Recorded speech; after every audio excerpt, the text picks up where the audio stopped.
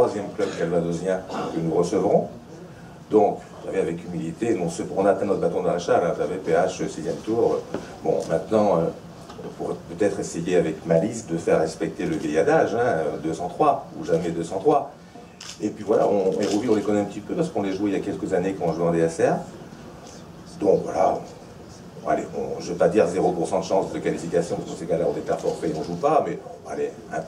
Et puis on fera de notre mieux. Et puis nos couleurs rouges et noires seront bien défendues, j'espère. Il y aura du monde. Il y avait 700 personnes la semaine dernière contre Bonnet-sur-Odon, c'était sympa comme tout. Et puis voilà, voilà. Ça fait des années que vous le présidez, ce club de Bressé. Il se passe quelque chose dans cette petite commune du Sud-Manche. Le football est un sport très très important là-bas. Ouais, c'est le sport majeur, ouais, 250 licenciés pour 2300 habitants, donc vous voyez, plus de 10% de la population est licenciée. Alors c'est vrai qu'on a aussi la chance d'être voisin du grand club l'US Avranches. Il y a quelques Avranchinais formés à Avranches qui jouent chez nous. Donc, et je voulais surtout éviter Avranches, donc moi je suis content, tout le monde à part Avranches, donc c'est très bien. Et puis Hérouville doit être content parce que je pense que tout le monde voulait jouer contre nous, donc c'est Hérouville qui a cette chance-là. Et puis c'est pas loin, c'est 100 km, c'est une heure de route. Et, voilà, on les recevra bien, on essaiera d'enlever nos bottes, et puis voilà. Voilà, M. Hamelin disait, voilà, Hérouville va forcément être heureux de venir chez le Petit Poucet. Est-ce que c'est le cas ou est-ce qu'on se dit ce soir, attention au match traquenard? Non, bah, comme disait le président, il y a 5-6 ans, on jouait dans la même poule.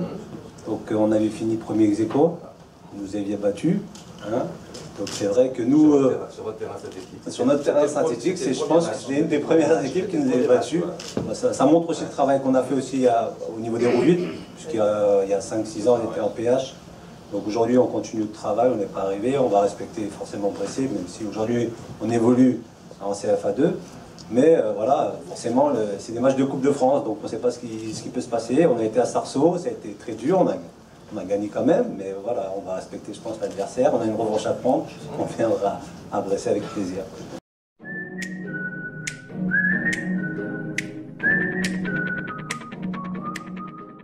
On peut difficilement faire mieux en termes de derby que de recevoir l'US Avranches. En termes de derby, on ne peut pas faire mieux. En termes de tirage au sort, je ne suis pas sûr. Voilà, c'est un vrai derby. Ça fait très longtemps, il faut que je demande à Gilbert, mais que ce derby n'a pas eu lieu. Donc on reçoit, donc le stade sera plein. Et voilà, ce sera une bonne nouvelle. Après, match de foot, ça se joue pour se gagner. Donc, et puis ce qui fait le charme de la Coupe de France, c'est quand le petit bat le gros. Donc, on aurait tiré Bressé, j'aurais dit que c'est exactement l'inverse. Mais en l'occurrence, ce match-là, il va être sympa à jouer. Ouais. Tous les joueurs se connaissent forcément d'un côté comme de l'autre. J'imagine qu'on va s'observer régulièrement entre clubs quasiment voisins. Ce sera une excellente affiche à Louis Dior. Vous le disiez, il y aura indéniablement beaucoup de monde. Oui, il y aura forcément du monde. Et puis surtout, je crois que c'est deux équipes qui essaient de jouer. Nous, on ne le montre pas beaucoup en ce moment, mais c'est deux équipes qui aiment le foot, qui ont envie de jouer au foot. Il y a tout ce qu'il faut pour faire un vrai beau match de Coupe de France. Voilà. Président Guérin, vous en voulez à Xavier Gravelaine de vous avoir tiré l'US Granville? Vous espériez un autre adversaire? Oui, parce que je lui avais demandé de faire le plus court déplacement possible. Ah, il a presque répondu à l'objectif. Il y avait 12 km pour aller à Bressé. Il m'en met le double. Je n'ai pas dit qu'on aurait battu Bressé facilement, mais enfin, ça aurait été plus facile normalement, sur le papier. Encore une fois, Laurent Turpin de France 3 disait tout à l'heure, ça va pas être facile, ça va être l'enfer, ça va tout, effectivement être le derby. Le derby, il paraît que ça nivelle les valeurs, c'est vrai, donc maintenant on a 2 divisions d'écart, et à nous de faire en sorte que ça soit sur le terrain.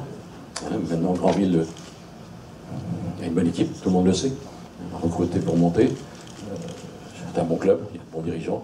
Ils ont tout, maintenant ils patinent un petit peu. Actuellement, ça sera ennuyeux que ça soit avec les relations, quoi. Ils attendent 8 jours après. On va faire un effort.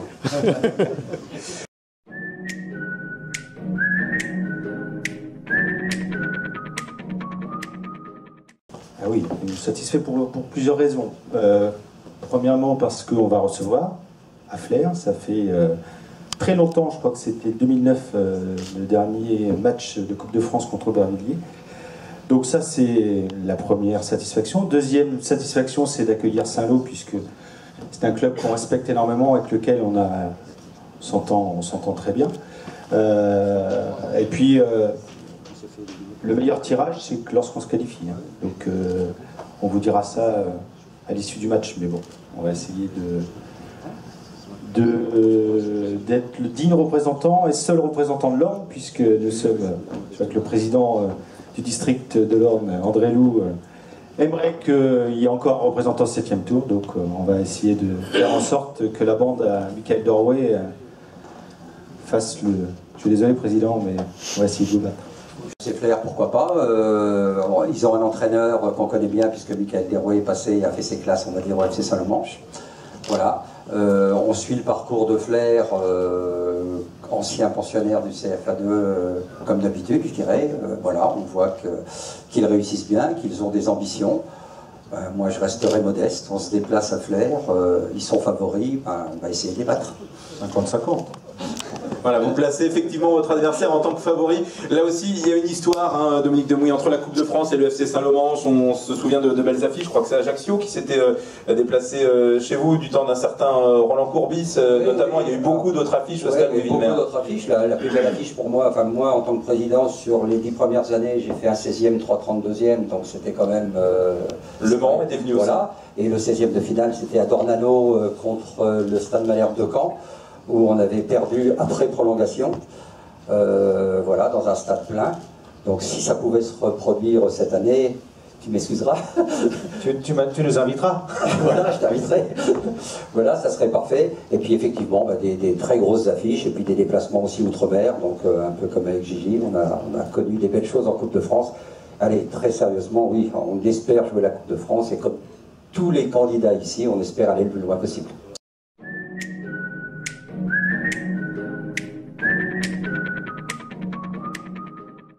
Ce sera Tour-la-Ville, un club promu en division d'honneur cette saison. Si on vous dit qu'il y avait pire tirage, ça vous convient ou pas?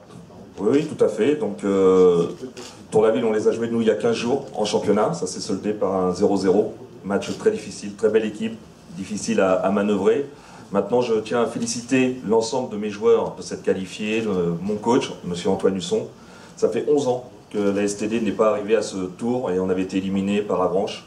Donc, comme tous, on essaie d'aller au tour précédent parce que la magie de la Coupe de France, c'est vraiment quelque chose pour le club, c'est quelque chose pour mes joueurs, donc c'est très bien. Je pense que ça se passera et j'espère que ça sera la fête du football, donc tout va bien. Vous estimez que vous avez un tout petit peu l'étiquette de favori quand même, ne serait-ce que parce que vous recevez? 50-50. Voilà. Match compliqué quand même en perspective?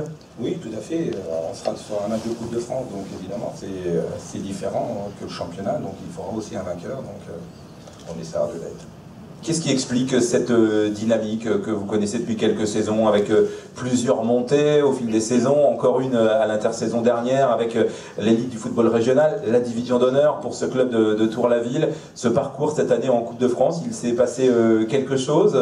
Qu'est-ce qui explique cette dynamique, président? C'est vrai qu'il y a un groupe de dirigeants qui s'est créé, donc qui a formé et qui a récupéré des joueurs de clubs aux alentours, il faut dire ce qui est. Donc on a bénéficié un petit peu de ça, donc ce qui permet de pouvoir évoluer à un niveau ce qui est actuellement à cette époque en DH. Ouais. C'est un rêve un peu pour vous, joueurs, dirigeants, que d'atteindre le 7e tour de la Coupe de France et de rencontrer, pourquoi pas, une Ligue 2 au tour suivant? Oui, tout à fait. On l'a connu l'année dernière avec Vannes, où on avait été au 7e tour, donc ça restait un très très bon souvenir. Les joueurs ont encore envie de revivre ces moments-là, donc on fera en sorte de passer ce tour.